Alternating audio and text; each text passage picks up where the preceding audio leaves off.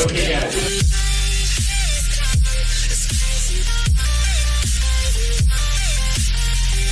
What, you hate this class? I don't.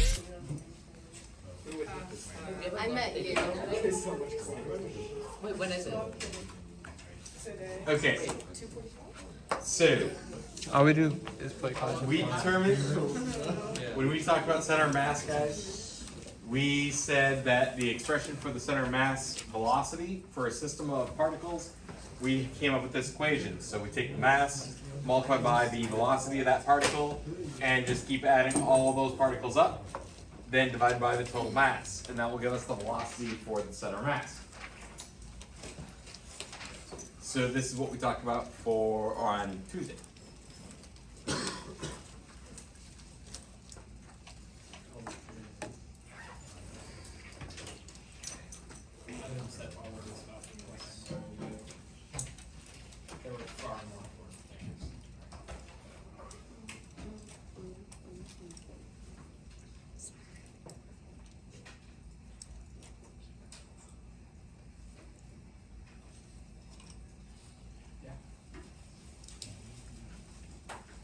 We did that yesterday. Yeah. Just from this. Okay. So, conservation of linear momentum. So, a direct consequence of applying Newton's laws to the center of mass of a system is what we're going to talk about today. So, if there's no net external force acting on a system, we already know that is the system going to accelerate? No. So therefore the center of mass velocity won't change either. There's still no acceleration. So if we take that formula and think of it like this. So the initial velocity will equal the final velocity. Right? Nothing's going to change. So the velocity should be equal. Well, both of these have the mass initial, or all the mass is added up on the bottom. So we could just kind of get rid of that, and we end up with this. So they cancel out, and so it would be the mass times the velocity, plus the mass times velocity, plus the mass times velocity of each of the particles, and that will equal the exact same value final as it would initial, because there's no acceleration.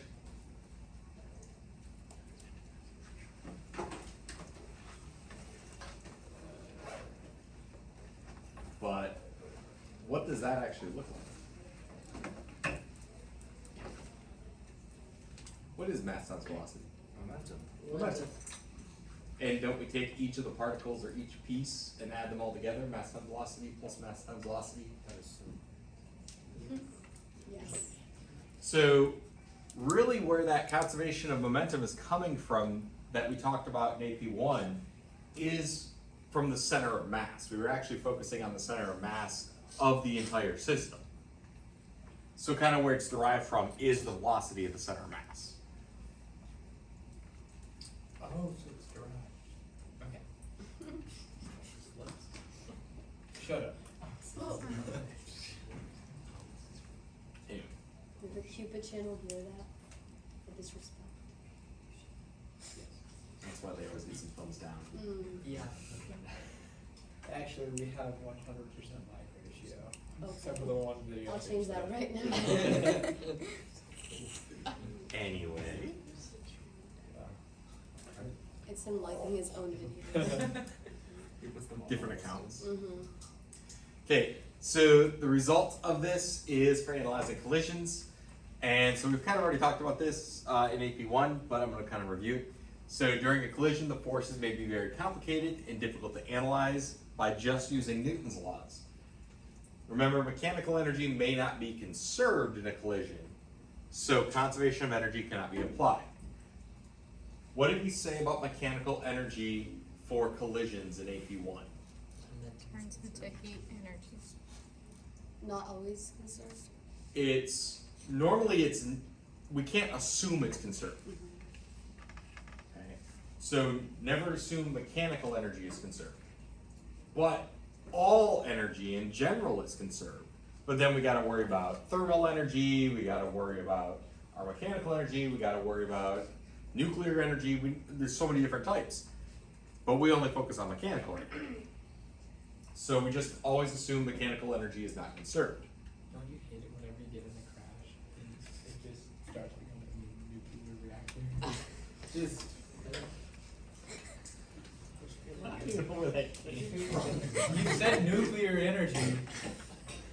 Wait, mechanical energy is kinetic and potential.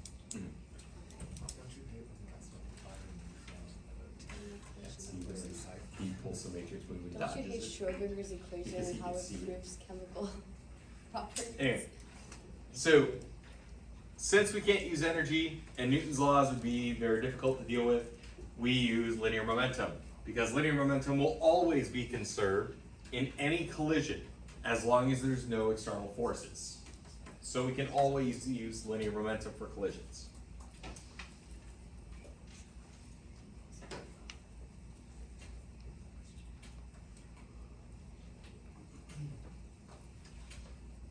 So when we talked about collisions, what were the types that we talked about? Elastic and inelastic. Elastic and inelastic.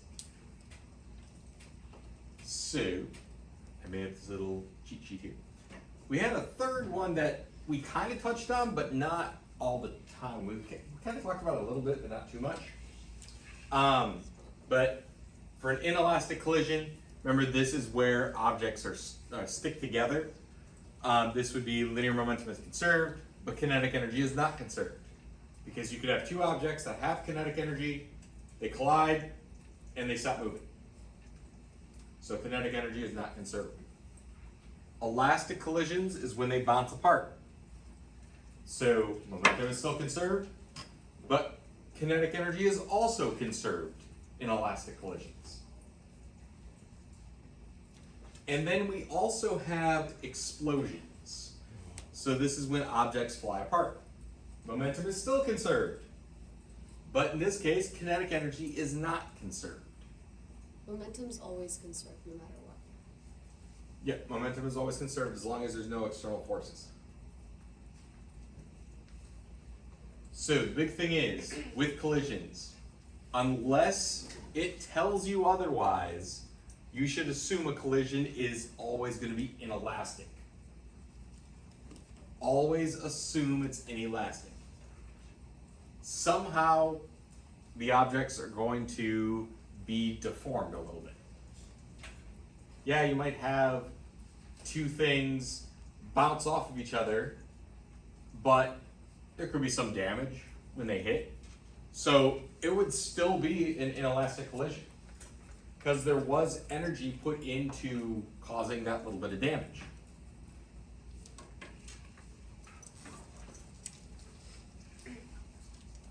Yeah. So is an explosion a type of inelastic, or are they just separate but similar in LM and KE? So it is like an inelastic, well, it's kind of like a mix because there could be parts that stick together, there could be parts that spread apart. That's why I separated here as a third one, because we'll know when it's an explosion because it'll say, something like a rocket goes up into the air and explodes into pieces. And so then we know pieces basically went everywhere. Why is it called elastic and inelastic? Because, is there a technical reason for that? Because why couldn't it just be called sticky and not sticky collision? I've always heard of it because it was thought of as like a rubber band. So if it was elastic, it's like a rubber band. It can bounce off the rubber band and it can launch it. But inelastic would mean it doesn't bounce off the rubber band. It sticks to it. It sticks. Yeah. I always heard it as it was always a reference to rubber bands. I kind of see it, but it's not like... That's why they're called elastic bands. I kind of think of that, but... But it's not quite relating to the stretch. Is it something fluctuates? Something. It just sticks, or it doesn't stick? Yeah, it's either going to stick or it doesn't Elastic stick. has the word Sticky. stick in it. Yeah. Stick. Inelastic inelastic also has the But word it doesn't stick. stick. Yeah, but it has the in, so it's like in stick, right? Like not stick. But this is But stick. this is sticky. It's not. They're switch. That's You think of it like that? Alright.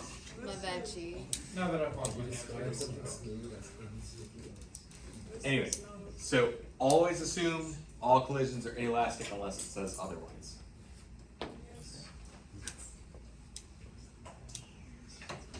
Okay, so here's an example for an inelastic collision. So we have a 0.005 kilogram bullet traveling at 100 meters per second collides with a 2 kilogram block of wood that was at rest. How fast will the block of wood be traveling backwards after the bullet is completely embedded? So we know that the velocity of the center mass is going to stay constant. Momentum is conserved. So if we add up all the initial momentums, it'll equal all the final momentums. And so initially, we could have the momentum of the bullet, so the mass of the bullet times its velocity, plus the mass of the block times its velocity, but it's at rest. And then they combine, because it's an elastic collision. If they combine, what do we got to do to the mass? Add them together. And we want to find what that final velocity is. So we can plug in our values here and solve for that final velocity. So when we solve for the final velocity here, we get about 0.249 meters per second.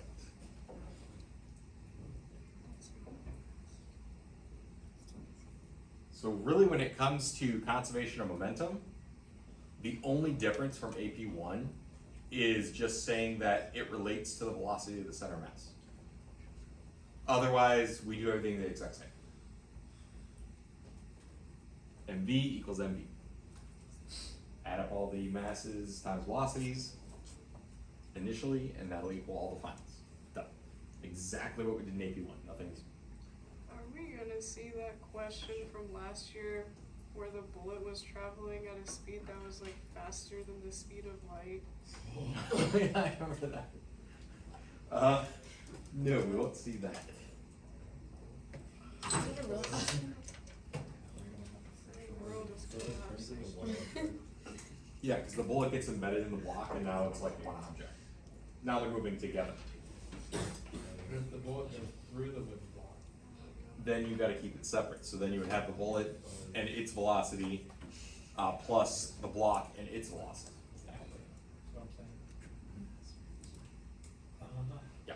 So like, if you have a car that's going at a certain speed, and then I take somebody from the car and chuck them out, will the speed increase? Will the car increase? Okay, when you said that, I just had a deja vu moment. I think you asked that last year. Wait, really? Yes. I feel like you asked it last year. Silly goose. People change. Technically, you audience. lowered the mass, so yes, you have to increase the velocity because you lowered the mass. Anyway. Okay, so there's another one. Here's with a elastic collision. So here, it's a very similar problem, but now it's a rubber bullet. So same mass, same velocity, collides with, but it'll bounce off a steel block that was initially at rest. So for this one, I have it as set up but don't solve, a system of equations that can be solved for the final speed of the block. So first, let's look at momentum. So mass times velocity equals mass times velocity. Well, it bounces off. So we're gonna have two objects on the final side. On the initial side, we have the block that is at rest. So that will just be 0. So for momentum, we would have the mass times the velocity of the bullet is equal to the mass of the bullet times its velocity plus mass of the block times its new velocity.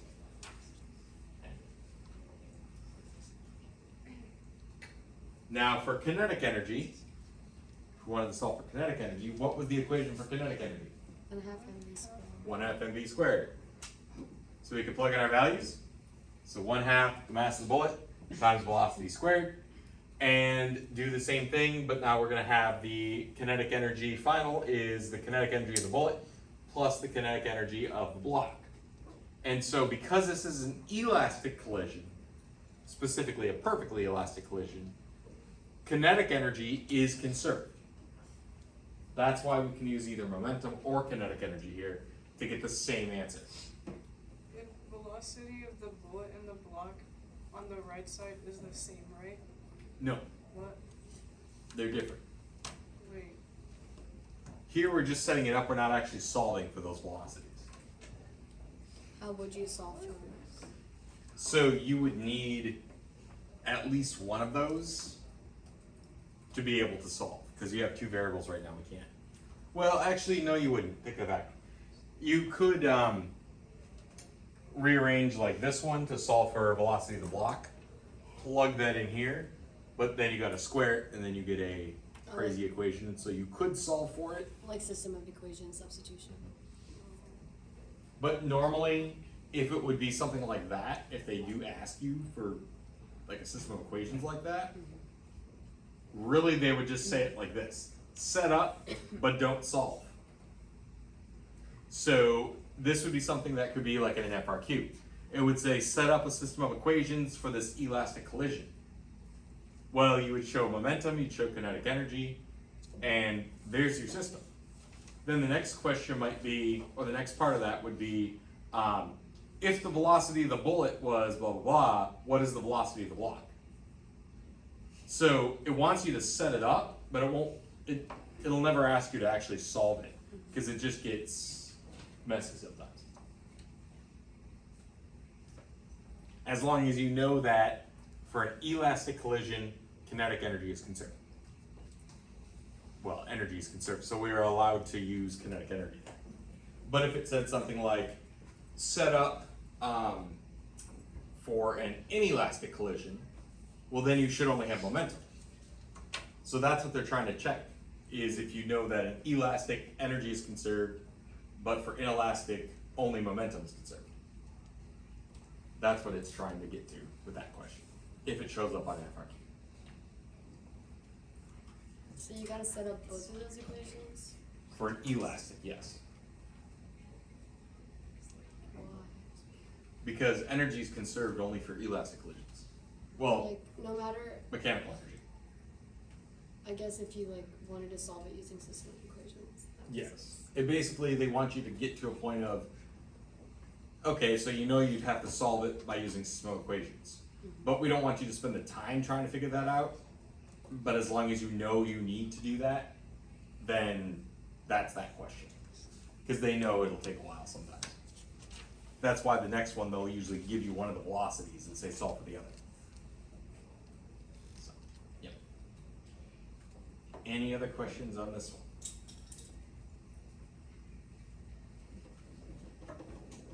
No. This has to go. There it goes. Here's an explosion example. So here we have two carts, one with a mass of 2 kilograms and the other with a mass of 5 kilograms, are pressed together with a light spring compressed between them. The carts are released and spring apart.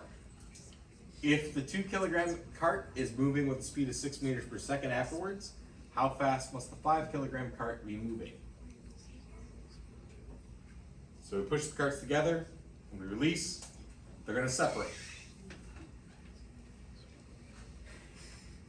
So we know the momentum has to be conserved, so the momentum initial would be the momentum of the first cart plus the momentum of the second cart equals the momentum of the final momentum of the first cart plus the final momentum of the second cart. So we kind of set it up like this. Plug in our values, and so we know that when they're compressed, what is their velocities? Zero. 0. So what's our initial momentum? 0. 0. So we have 0 on that side, which means the other side needs to be 0. Well, if that's the case, what does that mean for the velocities? They're opposites. Well, not the same. Well, one of them is. They have to, not just the velocities, but the momentum has to cancel out. So one of the velocities has to be positive, and the other one has to be negative. which makes sense because they're going to go in opposite directions, right? Yeah. So we can plug in our values. So the first cart, mass 2 kilograms. It's moving at 6 meters per second. So we're going to call that the positive direction. We can make it negative if we wanted. But I'm just going to make it positive in this case. And then the mass of the second cart times its velocity final. So then we solve, we get 12 plus 5 V2. And so when we solve for this, we would get negative 2.4 meters per second. So the 5 kilogram cart is moving in the opposite direction at 2.4 meters per second. Any questions on that? Yes. So the force from the spring has no like impact on what we solve here. No. Or like the values that we put in. I mean, it does kind of, the force of the spring gave the one cart this velocity. Yeah. But since we know that velocity, we don't even gotta worry about the force of the spring anymore. If we needed to find that, then we'd have to do some extra steps, but then we'd have to have work in there. If we needed to But find what? if we needed to find like the velocity of one of the carts, then we would have to look into the work done by the spring. Work is able to change the Oh. kinetic energy, and so then, yeah, and we could find the velocity that way. Oh, you're saying if we're trying to find the velocity and we didn't know the velocity of either of the carts. Oh, okay. But then in that case, you need extra information about the Yeah. spring. You would need to know stuff about the spring, yeah. Oh, okay.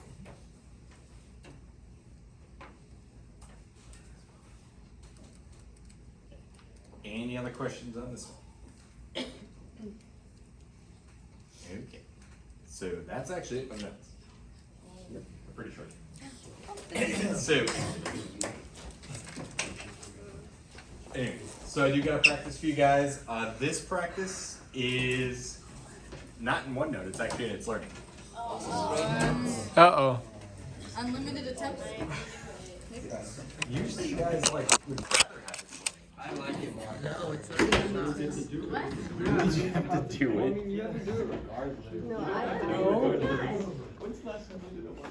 Actually, we actually did it yesterday. We did it yesterday. Janice, it's clear or square, not square. Like I